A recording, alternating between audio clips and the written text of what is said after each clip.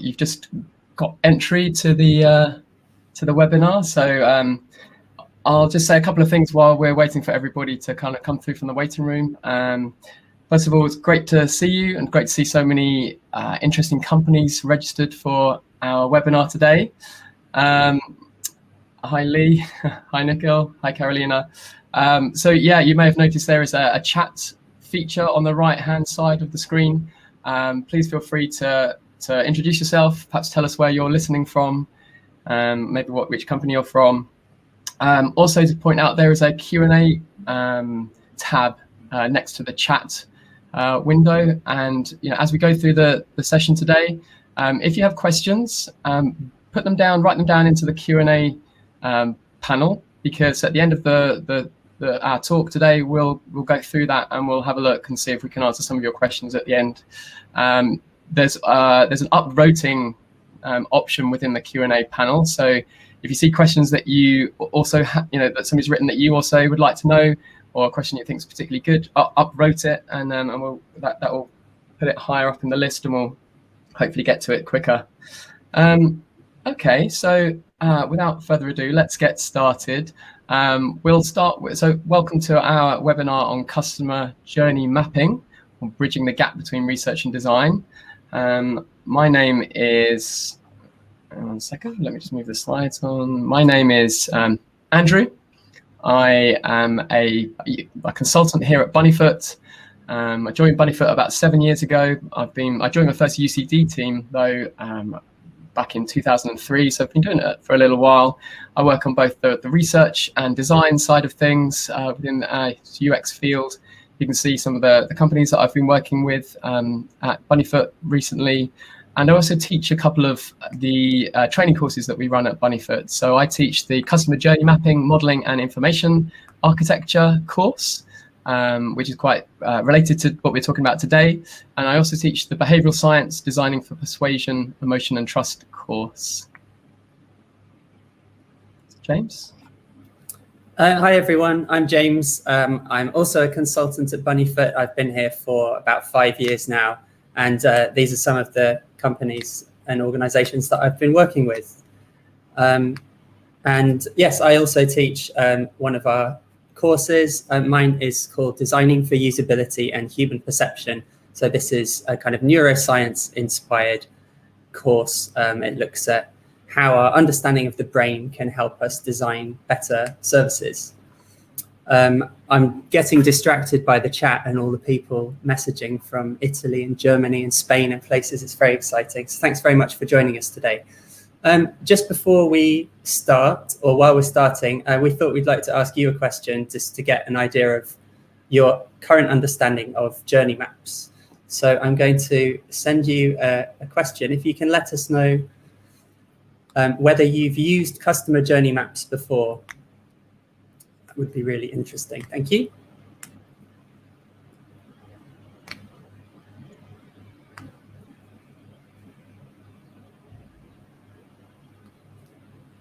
Okay, brilliant. So we can see all of those coming in now. So looks like the majority at the moment, looks like you've used a little, and some of you have got a lot of experience, but most of you don't have much experience. That's great. Thank you very much. And just another question as well. So can you let us know if you've ever produced a journey map yourself before? And so not just used them, but whether you've produced them.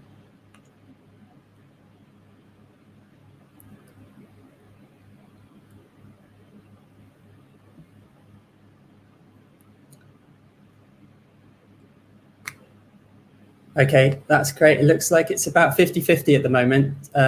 Brilliant. Thank you very much for your instant feedback. That's great. So I'm going to hand over to Andrew again. Oh, and just to let you know, lockdown's not been very kind to me. This is more what I look like now compared to my pre-lockdown version. Except you're looking more respectful today, James, because you've tied your hair back today. Yeah. But there is a ponytail back there. Yeah, so as I mentioned, we at Bunnyfoot, we run a whole range of training courses that sort of span the spectrum of research and design activities that we might undertake within the field of UX. And as I said, I teach one of the ones I teach is customer journey mapping, modeling, and IA, and that's what today's topic is going to be related to.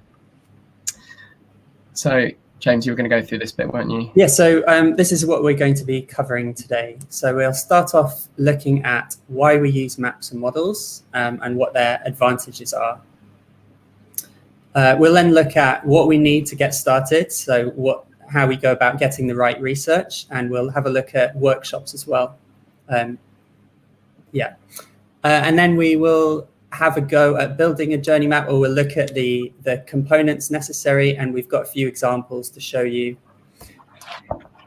And then Andrew's going to talk about mental content models and how these are different from journey maps and where there are similarities when we use them. And then we'll talk about what we do once we've got our lovely journey map, what happens after that. And finally, we're going to end up with a Q&A session. So if you've got any questions, as Andrew said, please post them, and we'll come to those later on. So we're going to take you on a bit of an emotional roller coaster. There'll be some high points, there might be some low points. And after we finish the course, Andrew and I are going to get together and look at how we can maybe improve things in future and come up with some opportunities for improvement. And there's our first journey map of the day. So this is what a journey map looks like in its very basic form. We'll be coming on to slightly more complex versions later on. Okay, great. So let's start by talking about why we use maps and models in general, and then we'll kind of focus in on journey maps in particular. So I thought I'd start with this quote. Companies need to use tools and processes that reinforce an understanding of actual customer needs.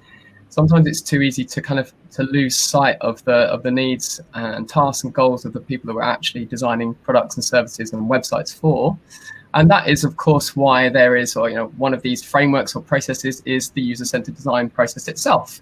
Where many of you, I'm sure, are familiar with a diagram like this, which shows that across the different stages within that process, the end user is situated right in the center, and at various points we're checking back in with them either through some form of research or testing and so on, to enable us to get that kind of user-centeredness.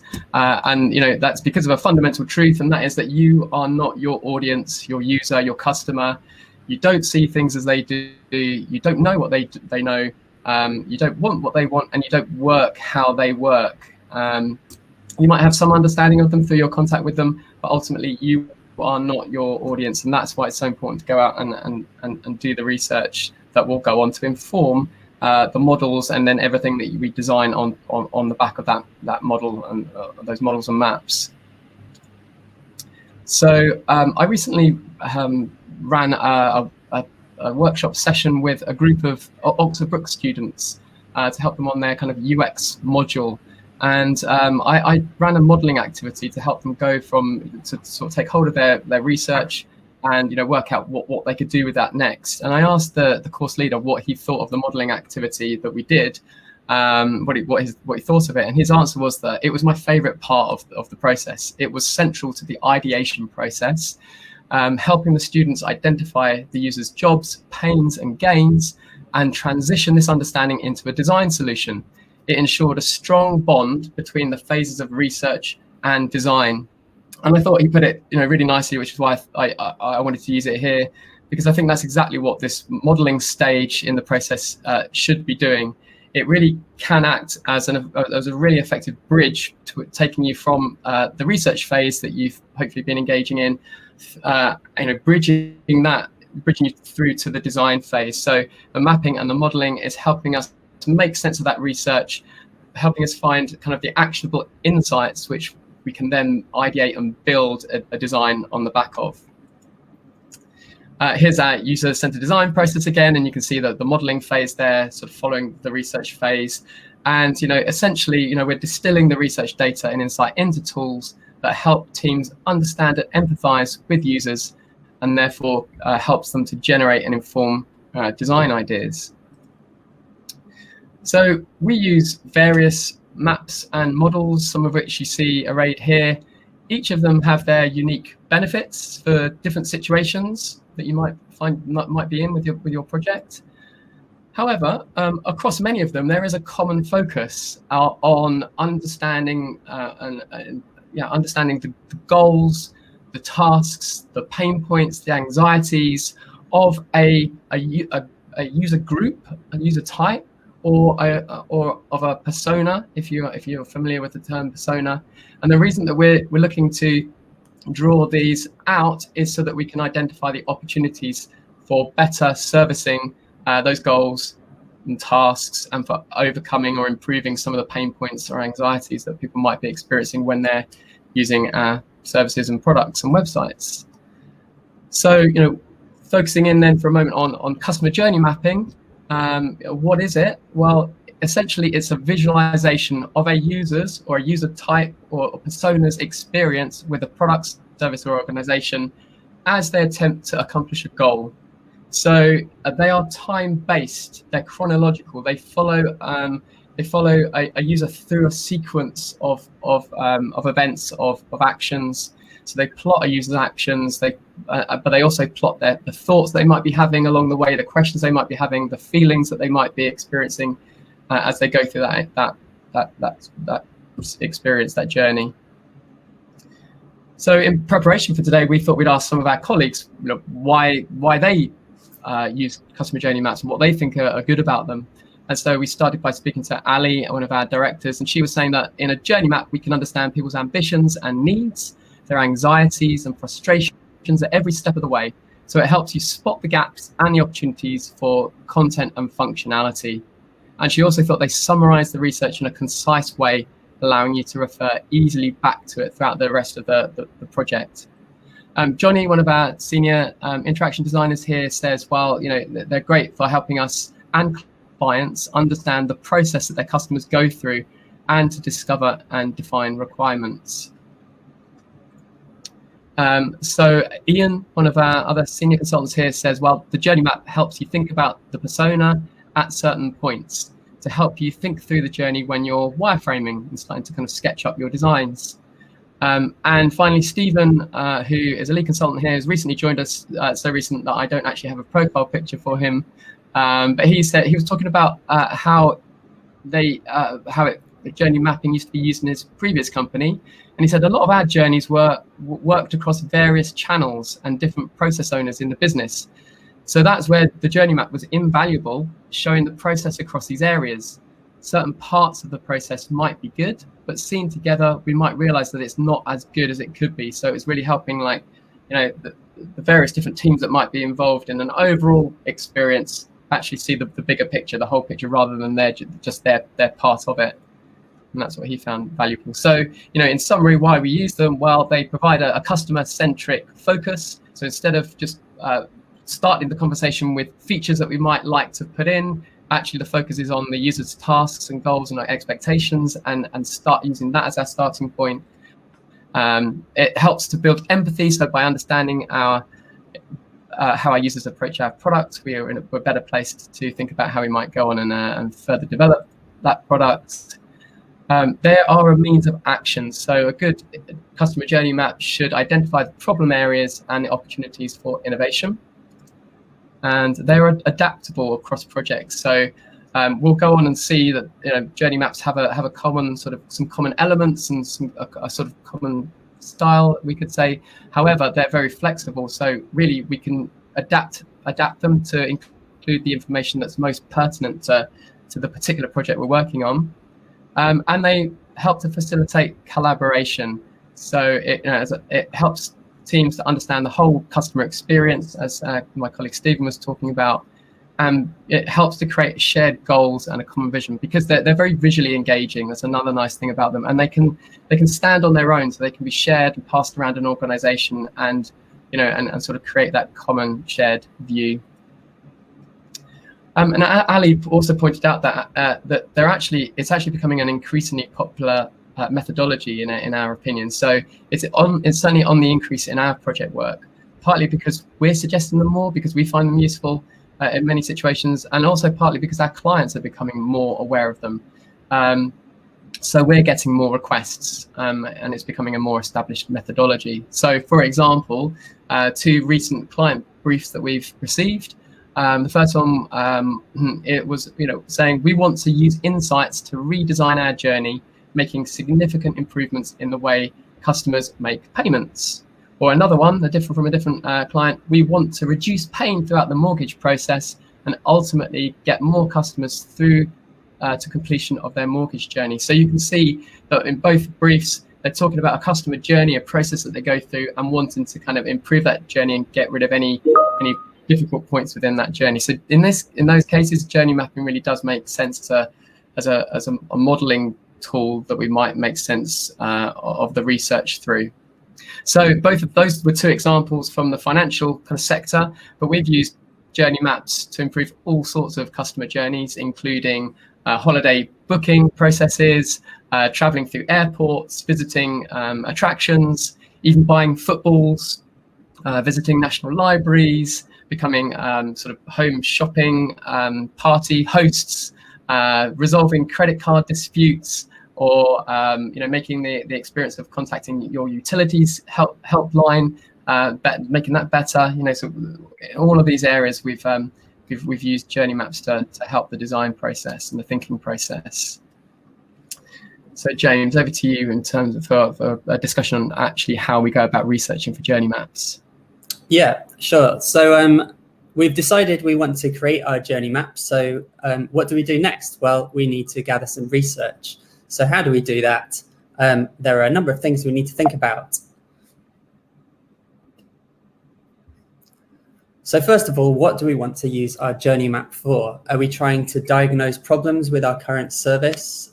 Or are we trying to come up with solutions or look for new opportunities? Or maybe we're identifying gaps in our content that we need to address.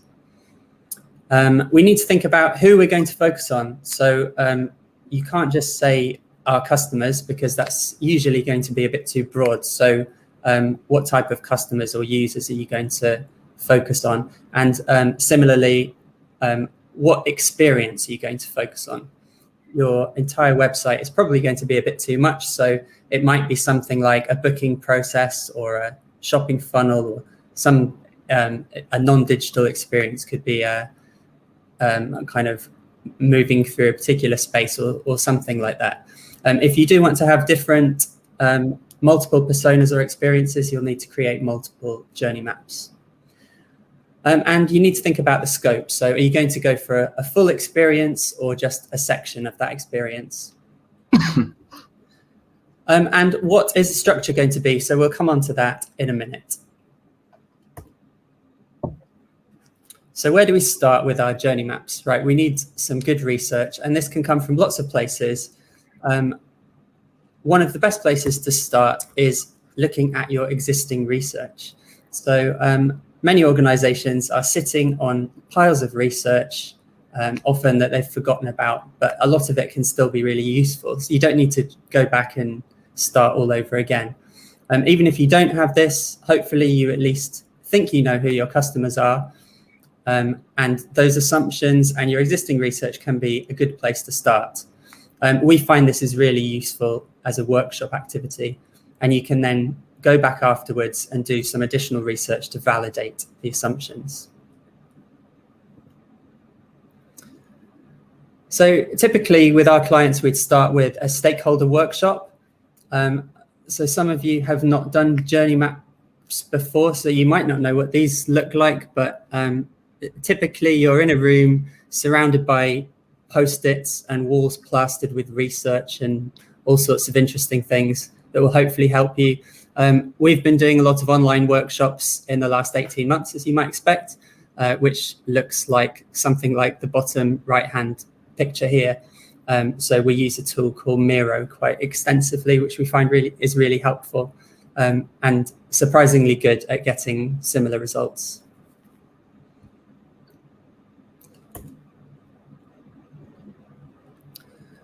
Stakeholder workshops are really good research in themselves. So for us, we use them to find out what stakeholders already know about their customers or users. And as I mentioned, you can then go and validate this afterwards with additional research. They're also a really good way to get stakeholder buy-in. So by having everyone in one place and talking through the problems and having a common vision, it makes it a lot easier when you then start identifying problems and proposing that you change everything. And the final point here is perhaps an obvious one, but just make sure that you're well organized and you've got the right people in the room. You don't want to leave one of these sessions with loads of unanswered questions. I've also got a quote from our colleague Stephen, who'd, as Andrew mentioned, extensively used journey mapping workshops in the past. So he talked about the types of thing they would bring to one of these sessions. We'd use lots of quant research, customer satisfaction data, survey and complaints data, conversion metrics to see pain points. All of this helped form insights which we'd map out end to end and use to identify areas to do further research in. So these are the sorts of things that you might bring to one of these sessions. You might have analytics data, you might have user testing reports or focus group reports, lots of stuff like that as well. So what do you need for your workshop? Well, as any good UX professional will know, you need lots of Post-its and Sharpies, things like dot stickers for prioritizing and voting on things. And ideally, you want to surround yourself with loads of research, either plastered up on the walls of your room or in your virtual Miro board or wherever you're doing your online exercise. Here's an example of one of our online workshops prepared, nicely arranged, ready for a workshop. So we've got a few activities here, but you can see on the right-hand column, we've got some customer journey map boards arranged nicely here. And the little colored squares are the colored Post-its that you'd use for gathering your insight.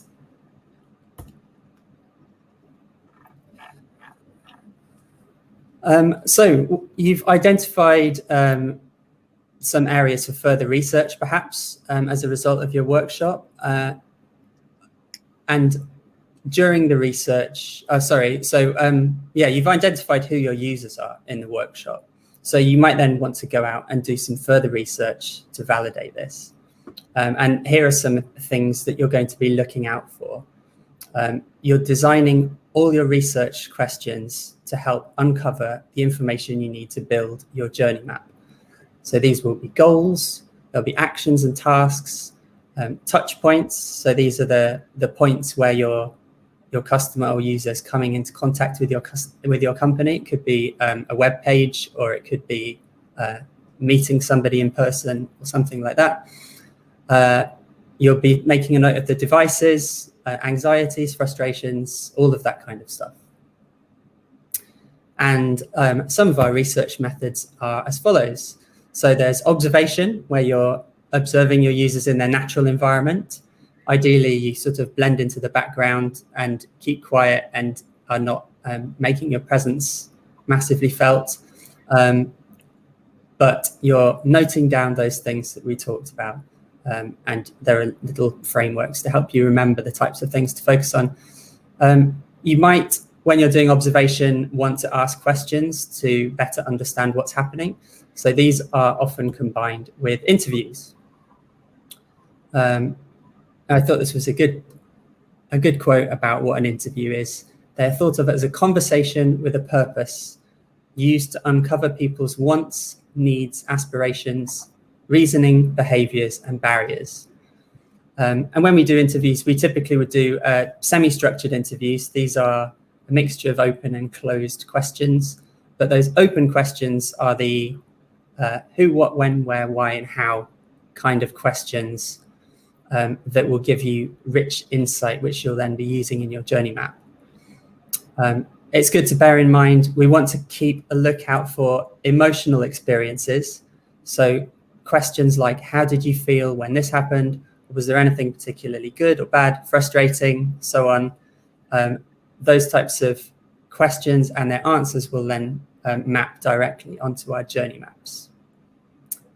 And I shouldn't need to tell you this, but make sure you don't ask leading questions. It does take a bit of time putting together a good interview guide, and asking leading questions to give you the answers you want might feel nice at the time, but you're not going to get the best insight as a result of that.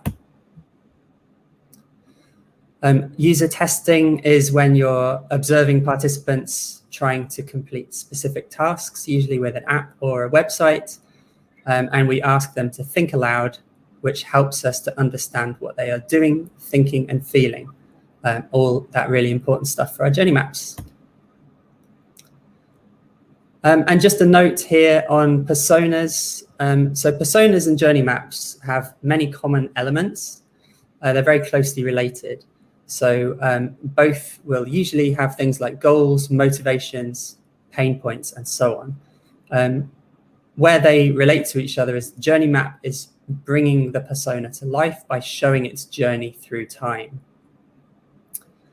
And just another reminder here that personas, they represent a key user group.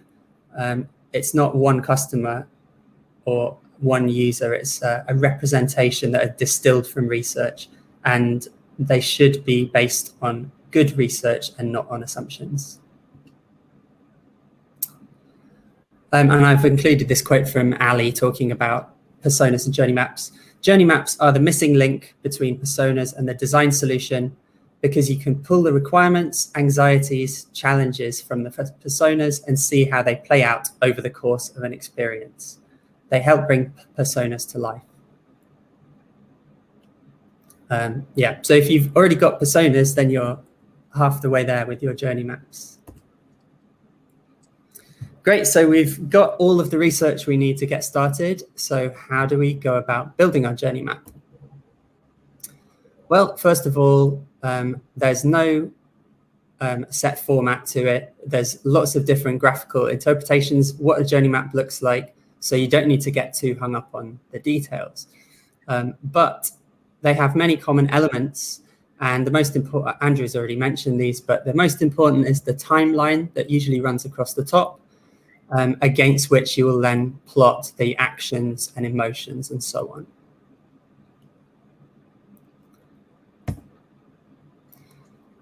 So the common components are as follows. First of all, we need our clearly identified user group or persona, and we need a clearly identified journey that they are going to be taking. And then we come on to the swim lanes. For some reason, we don't call them rows and columns, presumably because that sounds like some kind of Excel seminar, which would not be very exciting. So we refer to them as swim lanes, which sounds much more fancier. And the first swim lane is usually the process, which will go across the top. So the process can include the actions, the steps. It's the timeline, basically, and sometimes you'll have goals as well. Often this is broken down into subtasks. You might also want to have touch points, as I mentioned earlier, as a separate swim lane. And then we will map out the emotions. And this will be coming from the research we've done. Think about those like, how did you feel questions, which will map directly onto our journey map. This will lead on to insights. So insights, we might have separate swim lanes for thoughts, feelings. Very probably we will have one that's pain points. And you can see how the low points in our squiggly line there will map directly onto a pain point below. And once you've got your pain points, you can then derive from that opportunities for making things better. So these are your recommendations. And there is a very basic journey map.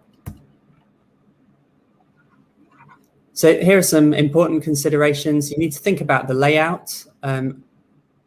This will become clearer once you've gathered all your research, and then you can identify the stages of the map and collate the findings for each stage. So the picture here is affinity mapping, where you gather all your post-its and group similar themes together, and then you can use dot stickers for voting and so on. It's also really good practice to color code things, which will help your analysis later on.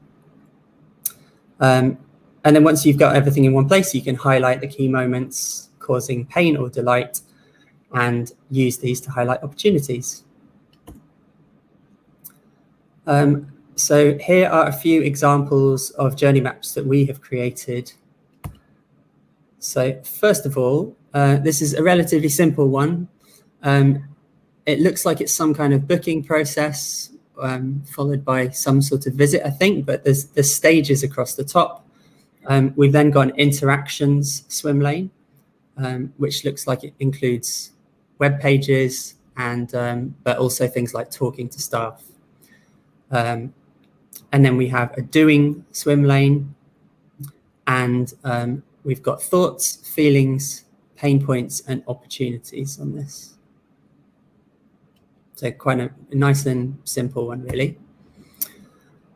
This is very, so you know, it's deliberately blurred because we can't share these for client confidentiality reasons, but you can see the swim lanes on the left. And this is very similar to the last one. So we've got our doing swim lane, which has got a lot more complexity in this example, but is otherwise very similar. And we've got thoughts and feelings with lots of detail below. This particular client was not looking to improve their current service at this point. They just wanted to understand better the journey the customer was taking. But you could see from the feelings bit at the bottom how you can clearly link between the pain points that appear to be there and potential opportunities for improvement. Here's another one, again, very similar, just a bit of a different graphical representation. And a bit of a cleaner design here. So we've got no squiggly line running across this one, but we've color-coded the pain points on this one, and the negative and positive emotions here. This was a project that I worked on recently, which involved initially an expert evaluation and then some usability testing to validate those findings. And what was interesting with this, it was meant to be installing a plug and play device, and just the act of showing the client that there were 5 distinct stages and 22 distinct steps made it very clear that it was more complex than they'd initially anticipated. And then we were able to use this kind of thing to help propose that they remove or automate some of the steps to make it a little bit easier for the customer. Yeah, this was just a nice way of presenting a report. And then we were also able to delve down into a bit more detail. So, for example, highlighting the experience and findings at certain points, and highlighting where things were particularly good or particularly challenging for customers alongside key recommendations. I used a format like this as well for highlighting a journey through a physical space with similar recommendations. And we went into a bit more detail on the kind of questions customers had and the thoughts and feelings as well on that one. But it was a nice, simple way to visually communicate that information. And the final example for you is, this is a very recent outcome of a workshop that one of my colleagues ran on Miro recently. And I assume he's tidied it up after the session because it looks far too neatly organized. But you can see how everything's nicely color-coded, nicely laid out. And just from one workshop, there appear to be loads of opportunity bullet points at the bottom there that have come as a direct result of this workshop. Thanks, James. Actually, yeah, that was one of mine, and it wasn't actually an output of a workshop. It was the output of some research findings that we did.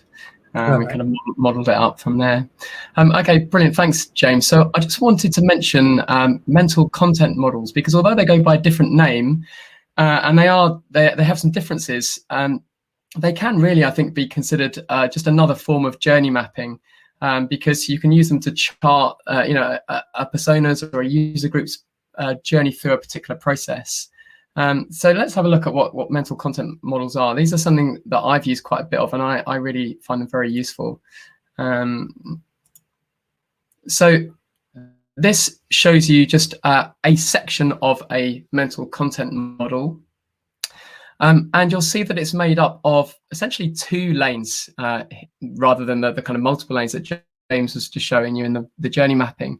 The top lane is what we call the mental model part of it. And this is really all about the way that your customer or your persona thinks and feels about goals and tasks that they want to accomplish with a website, product, or other service. So it's based upon research.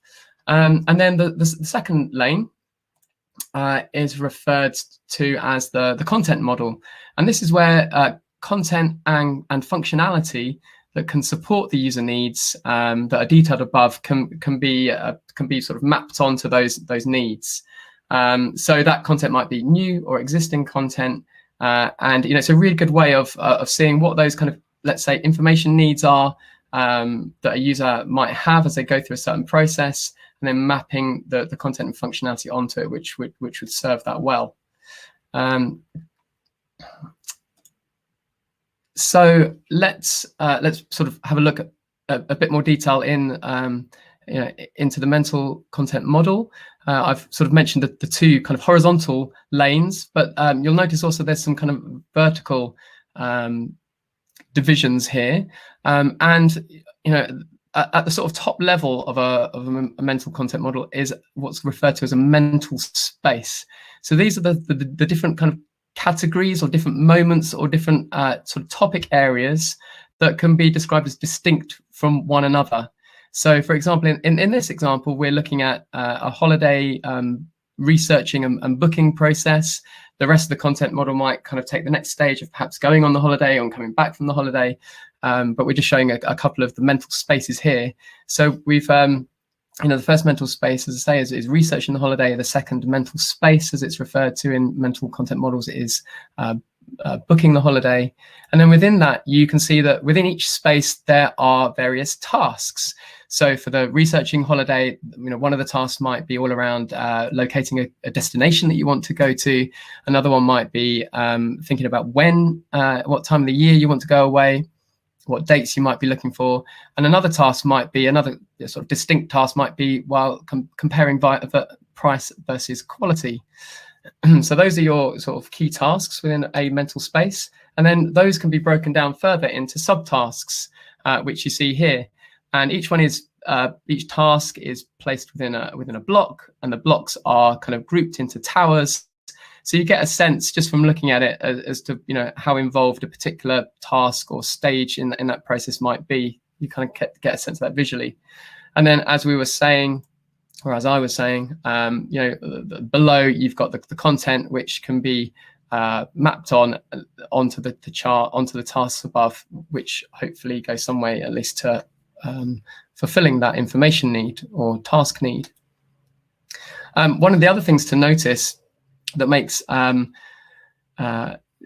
mental content models particularly good for kind of information-rich sites, for information architecture projects where you're thinking about how the content might be best structured across a website, is the fact that it's the mental model part of it is hierarchical. So, and often just by looking at a mental model map, you get a sense of the information architecture you might want to design straight away. So, the different mental spaces might be the different steps in a journey, or might be the different kind of top level navigation items, or the top level sections within your website. The tasks might be, then therefore different sections within the highest section.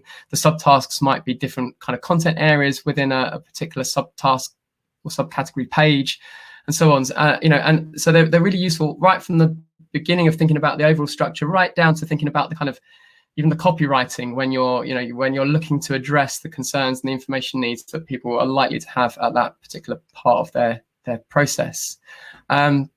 They, as I say, that one of the nice things about oh, actually, sorry, I'll come on to that. Let me say this first. So one of the other things that's, again, you get quite a visual sense of it immediately. So, here with the lighter gray items at the top, you see that these are our task towers, and then the content, the darker boxes below are representing the content. And you can see in the bounded area here, you can see that for that task or series of tasks, there's a lot of content and functionality which is servicing that. So that's a good thing. However, you can see right beside it that there's an area or a task or an information need which really isn't catered to at all. And you've identified that because you've mapped your content onto those tasks, and you can see that there's an opportunity for better supporting your users in a particular area. So, as I said before, what we were looking at was just a section of a mental content model. Here's one where we're showing it in its entirety, so you can see it tends to stretch a bit wider. I've worked on quite a few which go wider than this still. And Indy Young, in the book that she's written on mental models, says that many executives have told me that they've never before seen all of this information collected so succinctly in one place. And I agree with that. They're kind of, they do an amazing job at sort of housing a lot of really key information all in one place in a way that's visually kind of easy to use.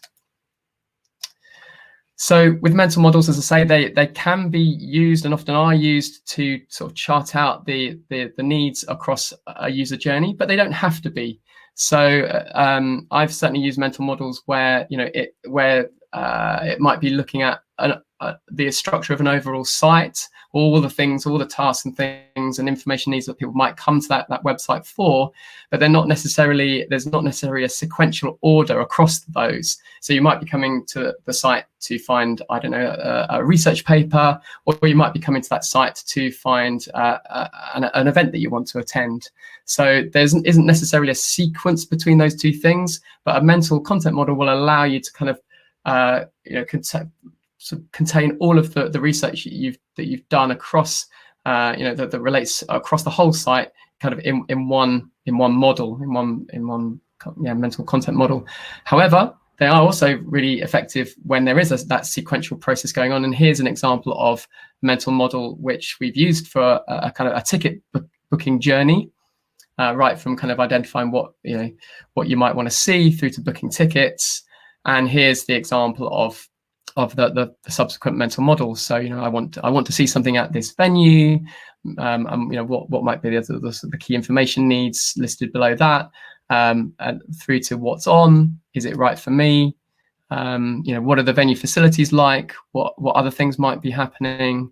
And so on, all the way through to making a booking, and as usual, mapping the content and functionality below that to each task tower.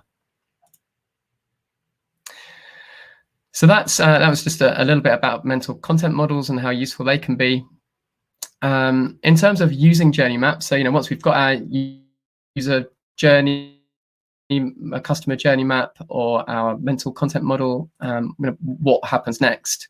So for example, in this project, it started off, as James has already kind of referred to earlier, it might start with an alignment meeting where we get to meet the client and understand the project goals and so on. We might run a stakeholder workshop where we get more insight into that and insight into their view of who their customers are and what their customer needs are. We then go out and do the research to sort of get a better picture of that. And then we get to the modeling stage, where in the case of this example project, we produce some personas and some experience maps to show those personas kind of in action over the sequence of a customer journey. But what might we do next once we've got those? Well, the example that we've already referred to and already seen, this is one that I've just been involved with just recently. You can see a section of the customer journey map here. The top bit shows the opportunity swim lane. I've sort of cut off what was above that. And I actually, in this case, this isn't always the way that I would do it, but in this case, it seemed to make sense to bring that into the workshop, which we did online. Another example of an online workshop, which, as James says, we've been doing a lot of recently, and they work very well.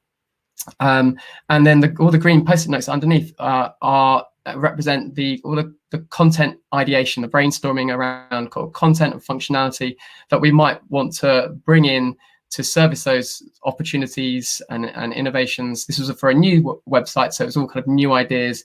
And you can see then below that some initial kind of sketching to try and flesh out some of those ideas a little bit further. So that's one thing that you could do next. You know, as we said, customer journey maps are really good for helping with that next stage ideation process. If you've mapped out your existing customer journey, for a certain area, a certain thing, you might want to then go on and ideate an improved or a new customer journey. And actually, what you see here is a workshop that I was involved in once, where we used something called business origami, which is really just using these kind of 3D cutouts to help a group in a workshop situation start to kind of map out what that future journey might look like. So, in a project, especially if it's maybe a website which is quite kind of information rich, you might, once you've got your insights through the research which you've modeled up into your customer journey map or your mental content model, you might be thinking of overall the structure of the website and the content within it. And there's various methods and processes that we use to ensure that we get that kind of structure right and that information architecture right, checking in with the end users as we go along. And then you might go on and move into a kind of interaction design phase. You might go directly into this if it's more of a kind of interactive journey that you're working on rather than a sort of information-rich website. And so you start to kind of mock up your designs, turning those into prototypes of various fidelities, and then take that out into user testing to validate both the designs and also the kind of the models that you've based those designs on. And I thought I'd just mention here a nice example that I like, which shows something of the value of mapping out and charting and understanding a user's journey through a process that you might be designing. So this one is from MailChimp. MailChimp is a platform that you can kind of manage your mailing lists and so on. So by understanding and mapping out the user's journey through that process of setting up your email and getting it ready to send out to your big list of clients, let's say, by mapping the emotional journey alongside the actions and the steps, they came to understand and recognize that moment before you hit the send button is a moment of tension for the user. Have I got this right? Am I ready to send it? Are there still kind of typos and things in the email? So they've recognized that in the design, and they've taken the opportunity to have a moment of empathy with their users by using this graphic of the chimp's hand and finger coming down to press that send button with a little sweat bead coming off. And once that button's been clicked and an email's been sent, they recognize that by charting out the emotional experience, they recognize that after that there's a moment of release and relief. Job done. So they recognize that with a kind of a little high five graphic that the user sees next. So I just think that's quite a cute little example of using humor, but doing so in a way that shows that empathy and understanding of the user's journey and the user's process. So just to summarize then, we think journey maps are really useful tools to help visualize the user's end-to-end journey, help us all to understand what that journey looks like. It helps us understand the goals, the tasks, the touch points, the frustrations, the high points of a particular journey. And as we've said a number of times now, they're really great for identifying those areas for improvement, and they help to facilitate collaboration across silos within an organization, and to help create a sense of shared goals in a project. So, obviously we'd love to talk to you more about them if it's something that you think you'd like to talk to us and get some help doing within your organization. We'd be very happy to have that conversation with you, or indeed to talk to you about any of your other kind of research needs and how that might sort of feed into your design processes and so on. So please do get in touch with us if you'd like to continue this conversation. If you feel like sort of getting stuck in yourselves with various kind of journey mapping and modeling activities, we run a one-day training course on this. In fact, I run it. It's called Journey Mapping, Customer Journey Mapping, Modeling and Information Architecture. So there's lots and lots of different maps and models, put into that that we go through within the day. So that's a good place to start if you're kind of interested in finding out more about how to do these things yourselves. And that's what we were going to say for now before the Q&A. However, we've got a couple of questions for you. So the first question I have is, how do you currently, having listened to this, what are your current feelings around journey mapping? So let me just see if I can find that poll. Can you find that, James? Have you got that? I don't think we put it in the end. Oh, okay. Feel free to share your thoughts in the chat. Yeah. Okay, so you could let us know in the chat perhaps. But one of the other things that we'd be really interested to hear from you, just before we kind of answer some of your questions, is what other webinar topics you might like to hear from us about. So, we run these webinars every couple of months on various topics related to kind of UX activities. So is there anything that you would like to hear more about from us, any particular topics or areas of focus? Let us know in the chat if anything occurs to you. Okay, so I'm going to move on to the Q&A section. And just before we do that, a number of you seem to have had some technical problems accessing the slides or the audio, or yes. So we're very sorry about that. I'm not sure what's happened, but if my colleague Jo hasn't already messaged you directly, I know she has some of you, then please send her a message and she'll send a video over to you afterwards so that you can watch it back in full. Right, so we've got the most popular question is about, do we have any workshop templates that we can share? I don't think we do. Well, just before I answer, we answer that, just a reminder that if you're having a look through the questions that have come in, don't forget that you can upvote the ones that you particularly like us to get to. There's probably more than we'll have time for, so vote up the questions that you're interested in. In terms of workshop templates, well, we kind of create them bespoke for each client and each project. It's not like we follow one standard kind of set of techniques for each workshop that we do. It's always dependent upon the client and the project and what's needed in that moment. I'm not sure we've got a standard one to share, but if you get in touch with Jo, if you'd like to kind of like us to sort of follow up with you on this, you could talk to Jo about that. One thing to say actually though is that there's a book that I know that some of us have used and looked to before for ideas on activities you can use in workshops, and that's a book called Game Storming. You can have a look at that. That's got lots of kind of useful activities to help bring out ideas and insights and things from groups you're working with. So I'd recommend that book as a good starting point if you're thinking about activities for workshops. Yeah, thank you for that, Andrew. So I'm going to take Phil's question, which is, what process do we use to complete the thoughts and feelings swim lanes? Like, what research do we need to be able to do? So I would say to that one, it comes back to your original research. And if you have in mind that you're going to be creating a journey map, then you can ask lots of open questions when you're doing your research, and be particularly probing around those questions that are going to give you the answers to these things. So, how did you feel when this happened, or if it's user testing, you can be asking people as they're going through the journey, for example.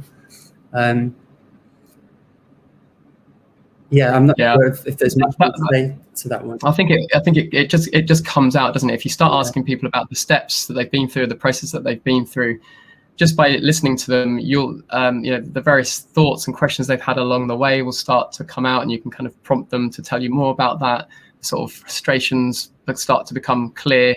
It just, if you start asking them about the process that they've been through and how that was for them, that will just start to appear in the feedback that they give you. And of course, once you've spoken to a number of your research participants, you hopefully start to see kind of patterns within that, and that's where you start to draw your insights from. Yeah, people are very good at sharing their frustrations as well, aren't they? Once you give them an opportunity. And of course, as James, if you're user testing, then you get to watch that, and you get to see that, and you can even sometimes see like the kind of physical frustration in their body language and so on. So, or indeed the opposite, the kind of the bits they really like and the delighters. You can watch them as well as listening to what they're saying. We've got a number of questions from Imamul. I'm probably pronouncing your name incorrectly, so I apologize for that one. So how many users would you get feedback from so they feel confident in the journey map? And that's a good question. So how many people do we need to include? And I suppose the answer is it depends. Do you have any thoughts on what a good number would be, Andrew? Well, that's partly determined by ideally determined by how many different user groups, user types, or personas you're focusing, you're aiming to kind of to do your research with. The more different personas that there are, or different user groups that there are, the more research interviews, for example, you might want to do. And it really varies, because I suppose we're always balancing kind of practicalities with ideals. So, I've certainly created journey maps from having done sort of 10 to 15 interviews. But I know many other projects which have had more than that. So I don't have a magic number, but, you have to sort of deal with what's realistic and sort of balance that with the ideal. And the complexity of the journey as well. Yeah. So another question is around where we have a non-linear journey. So, for example, a user can investigate multiple things to get to their solution, but not in a particular order. So I think we had some of those kind of visible on some of the examples where there may be some steps that might be about the user investigating something, but there could be some complexity going on within that stage. Does that make sense? Yeah. Or I think or perhaps you zoom in. If they're two different things, maybe just zoom into each of them separately. So you chart the user journey within one area of focus, and then you chart the separate user journey in another area of focus. Or the other thing it made me think of is the mental models. So I said that with a mental model, it doesn't have to represent a sequential journey. And so that could be a useful way of capturing kind of your insights, by using a mental content model. We've got a question about what software or programs do we use to build our journey maps? I would say in answer to that, it doesn't particularly matter what you use. Perhaps consider what it's going to be used for. You might want to get a graphic designer to help you if it's going to be widely shared around the company, but you can just do it on pen and paper. I mean, if it's the output of a workshop activity, it can be very rough. The online tool that we use quite a lot is Miro, Miro.com. Any thoughts on that, Andrew? We very often, as you say, James, for actually constructing them, we might be using things just like post-it notes and sketches and drawings and so on, or we might and then when we start to think about presenting them and feeding them back to our clients, sometimes we use PowerPoint. Quite a lot of the examples you saw, I think, today were PowerPoint templates that we've got that we use, which can be a decent way of feeding back. So you might be using PowerPoint. You might, I think our graphic designer produced one of the examples we saw, and I think she used Figma for that. But yeah, so it doesn't really matter too much what you use, as long as you create something of the diagram. that you saw. I have seen some examples of journey maps which have got a really high degree of graphic design to them, and then again, I suppose it just comes down to what that designer's favored graphical tools are. So yeah, it doesn't particularly matter as long as you can do what you need to do. I'd just like to say thank you to Jane and Lisa, who were asking questions in the chat that they seem to have answered, but around how you should do things if your workshop participants are colorblind. I'm a big fan of accessibility questions. So yeah, if it's 1 in 12 men is colorblind, so using red and green post-it notes might not be the best way to present things, but yeah, as Lisa has said, you can draw symbols with a Sharpie to clearly differentiate on that one. It was a nice question. Yeah, are there anything else here that you would like to answer? Maybe one more question, Andrew, and then I think we're going to have to close it. Well, I was just having a quick look in chat, and I saw a question saying like, well, how long does it take to create something like one of these mental models of journey maps? And again, it depends, but we can create them quite quickly, I think, really. So you might do your research over a few days. So obviously that might take a bit of time to set up, and there are steps before that where you might be interacting with the client to understand their goals and to get your kind of discussion guide set up if you're running interviews and so on, and to recruit participants. But once you've done that and you run your research sessions, that could potentially happen over a few days, and then you've got some analysis time which might take another couple of days, and then pulling it all together and producing a journey map. So I would say you could certainly do it within, well, certainly within a couple of weeks. You probably could, if you really wanted to, you could probably do it within the space of a week. If you're well organized and you've got all your things set up. Sometimes they take, obviously a lot of, in our projects they'll take a bit longer than that. But they can we often do them over the space of a few weeks, something like that.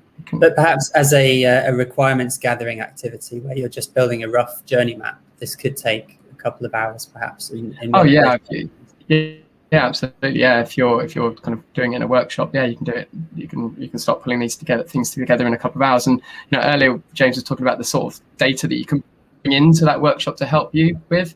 But often we'll do these kind of activities with people where we're really just drawing out the knowledge that's in their heads, and it's really useful to get some of that down on paper, so to speak, just to, as a good starting point to see what you think might be going on.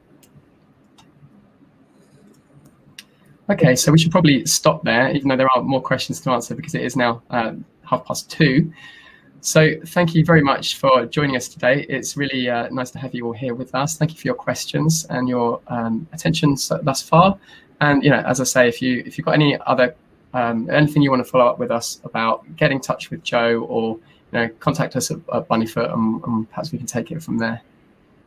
Okay. Yeah, thank you very much. Okay, thanks everyone. Have a good rest of the day.